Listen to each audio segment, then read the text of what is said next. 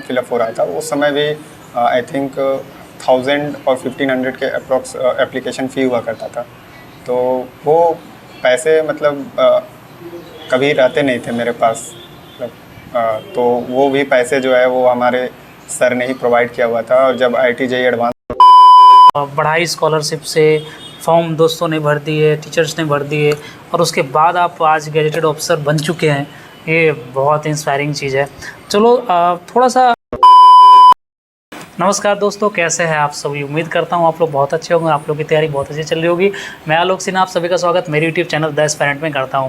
जैसा कि थंबनेल से देख के आपको पता चल गया एक नया इंटरव्यू सेशन और मेरे साथ हैं सचिन जी। सचिन जी अभी एज ए GSO काम कर रहे हैं और 2022 में इनका सिलेक्शन जो है WO के पोस्ट पर हुआ है, जो कि एक गैजेटेड पोस्ट है। तो सचिन जी स्वागत है। तो सचिन जी के बारे में बहुत चीज़ जानने को है, इनकी जर्नी बहुत इंस्पायरिंग रही है। धीरे धीरे एक एक करके इनसे सवाल पूछेंगे। सबसे पहले थोड़ा सा ब्रीफ इंट्रोडक्शन यदि आप अपने बारे में सचिन जी बताना चाहें। मेरा नाम सचिन कुमार है। मैंने इंजीनियरिंग BIT सिंदरी धनबाद से किया हुआ है और मैं रामगढ़ ज़िला झारखंड से हूँ। तो आप झारखंड के एक छोटे से शहर रामगढ़ से है, जिले रामगढ़ से गांव में आपका घर है। हाँ। तो जैसा कि आपने बताया कि इंजीनियरिंग आपने की है, तो भाई इंजीनियर तो बड़े पड़े हमारे SSC में, ज़्यादातर लोगों का बैकग्राउंड इंजीनियरिंग ही होता है।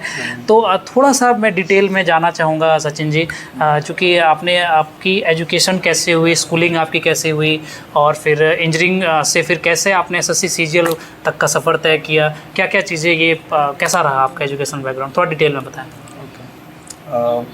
एक्चुअली मैं एक साधारण किसान परिवार से बिलोंग करता हूँ और इसके कारण मुझे बचपन में पढ़ाई करने में मतलब फाइनेंशियली प्रॉब्लम आते थे, जिसके वजह से मेरी पढ़ाई जो है बेसिकली नानी घर से हुई है। और उसके बाद मैंने DAV गांधीनगर रांची से पढ़ाई की है बाई स्कॉलरशिप। एंड उसके बाद मैंने इंजीनियरिंग BIT सिंदरी धनबाद से की है। तो जैसा कि आपने बताया कि फाइनेंशियल कंडीशन घर की अच्छी नहीं थी, नानी घर से आपने पढ़ाई की, फिर आप कैसे मतलब स्कॉलरशिप कैसे 4 साल इंजीनियरिंग में अच्छा खासा खर्चा आता होगा, साथ में फिर आपका डेली का भी खर्चा है, तो कैसे मैनेज किया आपने जब आपका बैकग्राउंड इतना अच्छा नहीं था? तो एक्चुअली ड्यूरिंग इंजीनियरिंग ई-कल्याण एक मतलब पोर्टल है जिसके थ्रू हम लोग स्कॉलरशिप के लिए अप्लाई कर सकते हैं इन झारखंड गवर्नमेंट, जिसमें हमारी जितनी भी फ़ी लगती है प्रत्येक साल, जैसे मेरी लगती थी अप्रॉक्सीमेटली 20,000 के अप्रॉक्स, जो कि बहुत ही सस्ती है ऐसे अगर इंजीनियरिंग गवर्नमेंट कॉलेज में तो ऐसे भी प्राइसेस कम ही होते हैं। हाँ, बहुत कम होती है। तो वो सारे जो है वो वापस मिल जाता था एज ए स्कॉलरशिप। और जो डेली खर्चे हैं उसके लिए मैं ट्यूशन वगैरह पढ़ाया करता था ड्यूरिंग कॉलेज, तो उससे मेरी खर्चे भी निकल जाते थे, कुछ सेविंग भी हो जाती थी। तो जैसा कि इन्होंने बताया कि पहले तो इनकी पढ़ाई जो है उसमें बहुत बड़ा हाथ स्कॉलरशिप का रहा है और स्कॉलरशिप लेके पढ़ाई करके आज ही गैजेटेड ऑफिसर के पोस्ट पे हैं, गैजेटेड ऑफिसर बन चुके हैं। तो ये बहुत छोटी बात नहीं है। साथ ही में इंजीनियरिंग भी इन्होंने किया, 4 साल इन्होंने दिया और फिर इंजीनियरिंग में भी इन्होंने स्कॉलरशिप से पढ़ाई की और साथ में जो इनके और भी खर्चे होते थे वो ट्यूशन भी आपने जैसा कि बताया। ट्यूशन किसको पढ़ाते थे, मतलब 9th 10th क्या किसको पढ़ाते थे? बेसिकली 10th तक तो कोई भी चीज़ पढ़ा सकते थे, वो उसमें तो कोई दिक्कत था नहीं। एंड 11th 12th में मेरा मैथमेटिक्स बहुत ही अच्छा था, तो 11th 12th में मैथमेटिक्स में पढ़ाता था। तो मतलब स्कॉलरशिप से और ट्यूशन पढ़ा के बंदा गैजेटेड ऑफिसर बना है, तो बहुत अच्छा लग रहा है आपसे बात करके, बहुत इंस्पायरिंग आपकी स्टोरी है। तो जैसा कि आपने बताया कि आपने इंजीनियरिंग की, तो फिर ये इंजीनियरिंग करने के बाद कैसे SSC का ख्याल कैसे आ गया, या फिर दौरान SSC के बीच में आपने क्या क्या चीज़ की तैयारियाँ की, क्या क्या एग्ज़ाम्स दिए, SSC के अलावा और भी आपने क्या क्या एग्ज़ाम्स दिए हों, उस बारे में थोड़ा सा बताना चाहें तो। बेसिकली अगर कोई भी इंजीनियर है तो उसका पहला सपना होता है कि मल्टी नेशनल कंपनीज़ या फिर PSUs में ट्राई किया जाए, जैसे कि HPCL हो गया, BPCL हो गया, ऑयल इंडिया हो गया। मैंने भी ट्राई किया, गेट मैंने भी दिया है, 3 बार मैंने भी दिया। क्वालिफाई तो कर जाते बट वो मार्क्स नहीं आ पाता है, जिसके कारण जिसके साथ हमें PSUs में एंट्री मिल सके। तो मैंने इसके साथ मतलब बहुत सारे एग्ज़ाम्स भी दिए साथ साथ में, जैसे मैंने IB एशियाईओ का एग्ज़ाम्स दिए, सेपरेटली PSUs भी एग्ज़ाम लेते हैं, जैसे NLCIL उस समय लिया हुआ था, CIL भी लेता है कभी, फिर HPCL भी लिया हुआ था। तो मैंने सेपरेट PSU एग्ज़ाम तो क्वालिफाई कर लिया बट गेट क्वालिफाई नहीं हो पाता था। सेपरेट PSU एग्ज़ाम क्वालिफाई करने के बाद भी जब इंटरव्यू के लिए जाया जाता था तो वहाँ मेरी सबसे बड़ी जो वीकनेस होती थी वो थी इंग्लिश में टॉकिंग करना, जो मेरा मतलब बचपन से ही जैसे भी आप लोग दिक्कत बिहार था। वाले हाँ। इंग्लिश में ऐसे ही हालत ख़राब होती विलेज है। बैकग्राउंड होने के कारण थोड़ा सा वो मतलब टोन विलेज बैकग्राउंड वाला ही आ जाता था, तो जिसके वजह से इंटरव्यू में बहुत सारे कठिनाई का सामना करना पड़ता था, जिसके वजह से बहुत सारे PSUs में रिजेक्ट भी हुआ। और उसी दौरान SSC CGL का भी फॉर्म आया हुआ था, तो मैंने 19 में फॉर्म भरा था, बट हमको लगता था कि SSC CGL मेरे से नहीं निकलेगा, क्योंकि हम एक इंजीनियर हैं और मेरा स्ट्रॉन्ग पॉइंट जो है वो इंजीनियरिंग बैकग्राउंड है, वो एग्ज़ाम्स में निकाल सकता हूँ, but SSC CGL non tech होने के कारण वो नहीं निकाल पाता। ये मेरा मतलब पर्सपेक्टिव था। बट आफ्टर पासिंग इन 2019, जब कोविड आ गया 2020 में, तब मुझे रियलाइज़ हुआ कि सिर्फ इंजीनियरिंग बैकग्राउंड में ही अगर हम पढ़ाई करेंगे तो वो सफिशिएंट नहीं होगा अगर जल्दी जॉब लेना है तो उसके लिए मुझे मतलब और भी बहुत सारे एग्ज़ाम्स का प्रिपरेशन साथ साथ करना था। तो मैंने गूगल में ही सर्च किया कि कौन से एग्ज़ाम्स ईज़िली क्रैक किया जा सकता है कम एफर्ट के साथ। तो उसमें जो सबसे बेस्ट हमको लगा वो SSC CGL था, क्योंकि मैंने बैंकिंग के तरफ भी मेरा रुझान था, बट बैंकिंग का जॉब प्रोफाइल फिर बाद में मुझे उतने अच्छे नहीं लगे जितना कि SSC CGL के पोस्ट लगे। तो मैंने उसके बाद SSC CGL का भी साथ में प्रिपरेशन किया और साथ में अपने इंजीनियरिंग बैकग्राउंड्स का भी साथ में प्रिपरेशन किया।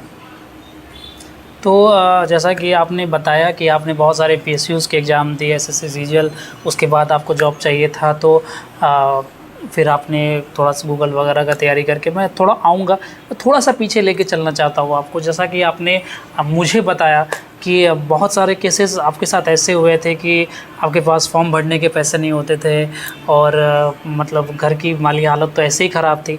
स्कॉलरशिप वाली आपने बात बताई, क्योंकि बहुत कम ऐसा होता है कि आपने आई गेस 12th में भी स्कॉलरशिप लिया, पॉलिटेक्निक भी स्कॉलरशिप से किया, इंजीनियरिंग भी स्कॉलरशिप से की, तो वो फॉर्म भरने वाली क्या बात थी, थोड़ा सा यदि आप बताना चाहें तो इसके बारे में। बेसिकली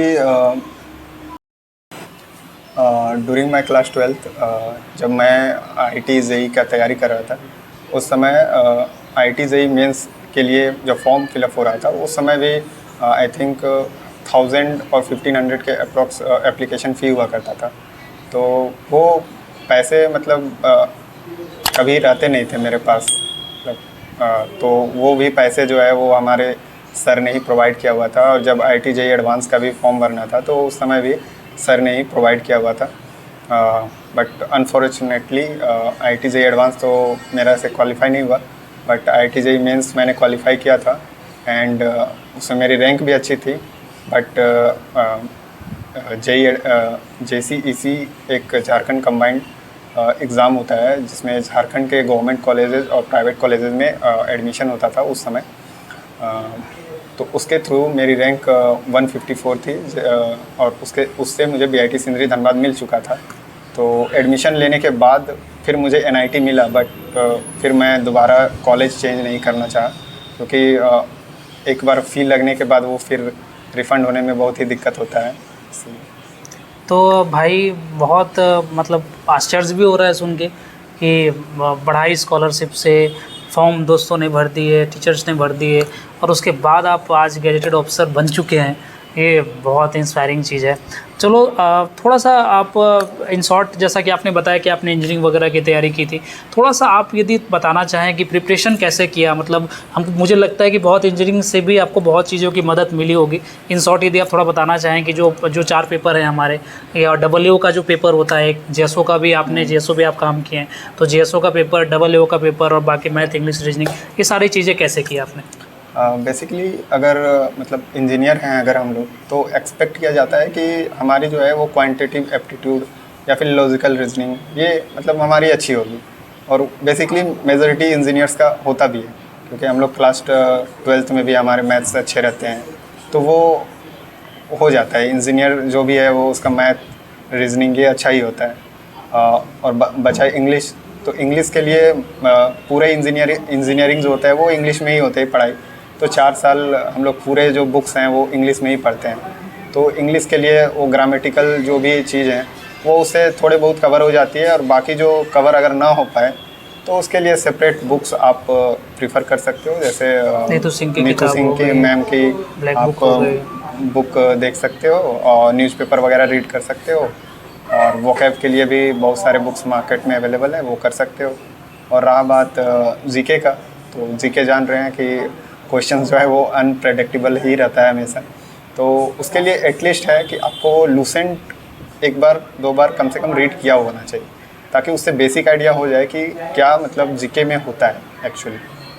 बाकी और थोड़ा सा आप डब्ल्यू के पेपर के बारे में और जो स्टैटिस्टिक्स के बारे में आप बताना चाहें, वो कैसे किया आपने? जेएसओ के पेपर में स्टैटिस्टिक्स का एक महत्वपूर्ण योगदान रहता है, क्योंकि उसमें 200 मार्क्स के स्टैटिस्टिक्स का पेपर आता है।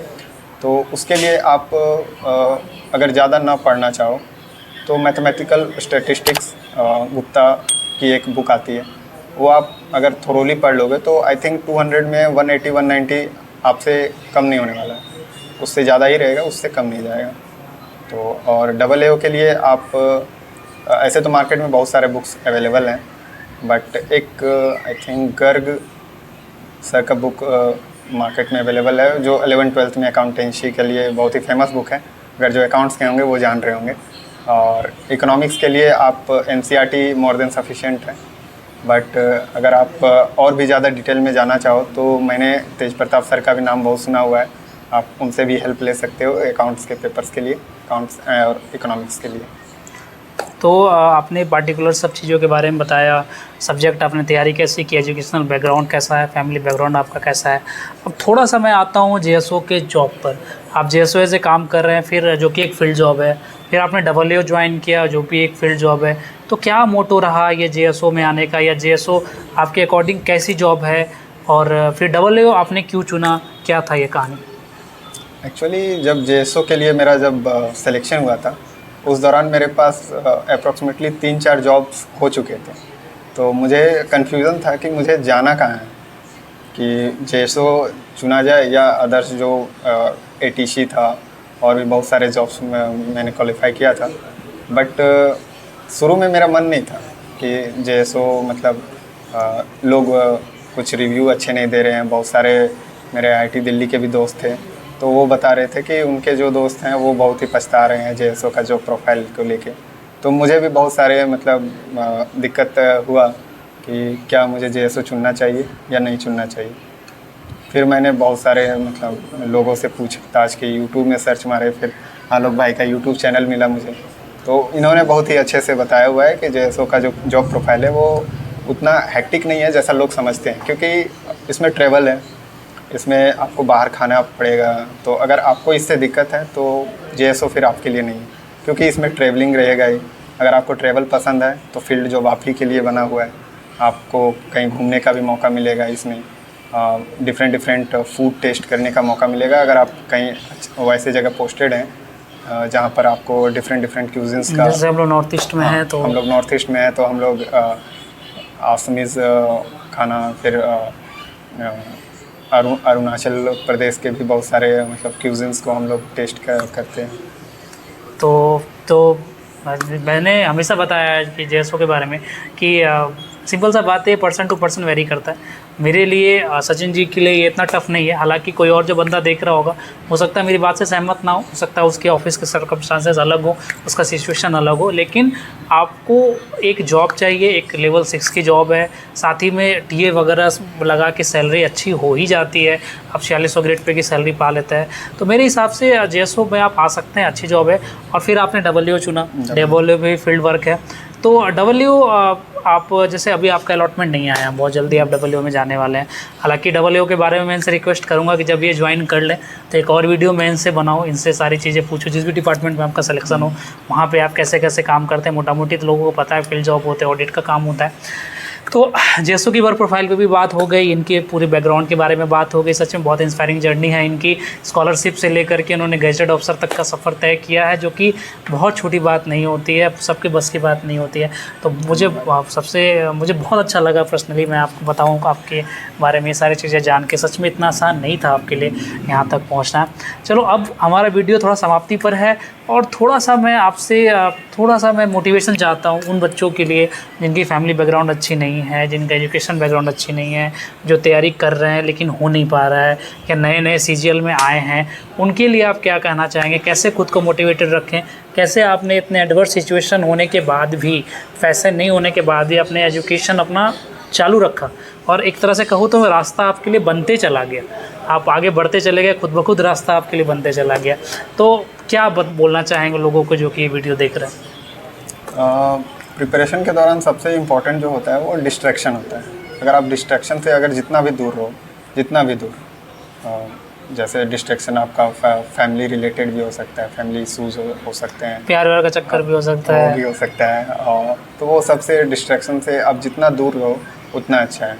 मैं जब क्लास 10 से मतलब डिस्ट्रैक्शन से हमेशा ही दूर ही रहा। हमेशा प्रिपरेशन क्लास 10th में जब भी करता था तो हमेशा बैक बेंचर से ही रहा, पीछे जाके बैठ जाता था, अपनी पढ़ाई करता था और बस पढ़ाई करता था, क्योंकि मैं बहुत ही बोल सकते हैं किताबी कीड़ा, साय, थोड़ा सा वैसा लड़का हुआ करता था। तो उन लोगों के लिए क्या बोलना चाहेंगे जो लगातार तैयारी कर रहे हैं, इनका एग्ज़ाम नहीं क्रैक हो रहा है या थोड़ा से वो रह जा रहे हैं, उनको आप कैसे इंस्पायर करना? एक्चुअली मुझे लगता है कि कोई भी एग्ज़ाम्स क्रैक करने के लिए लक बहुत ही बड़ा फैक्टर होता है कि आपका उस दिन जो है वो आपका कैसा लक काम किया। क्योंकि एग्ज़ाम्स का प्रिपरेशन तो सब करते हैं, सारे एग्ज़ाम्स के प्रिपरेशन करते हैं, सबके प्रिपरेशन भी अच्छी होती है, बट जब एंड मौका पर जब एग्ज़ाम्स आते हैं तो वो कुछ 1-2 क्वेश्चंस में ही जो टाइम चला जाता है या फिर कुछ हो जाता है वो उस टाइम ड्यूरेशन में, तो उसके कारण जो है वो पेपर ख़राब हो जाता है मेजॉरिटी जब एसएससी का जो भी एग्ज़ाम्स है। क्योंकि यहाँ पर आपका लक बहुत ही बड़ा फैक्टर करता है, क्योंकि 2-4 क्वेश्चंस गलत हुए और आपकी सिलेक्शन से आप बाहर हो जाएंगे, तो वो एक लक है। बट प्रिपरेशन तो अपना कंटिन्यू रखना है। अगर आपने प्रिपरेशन अच्छे से किया है तो ऐसा नहीं है कि आपका सिलेक्शन नहीं होगा।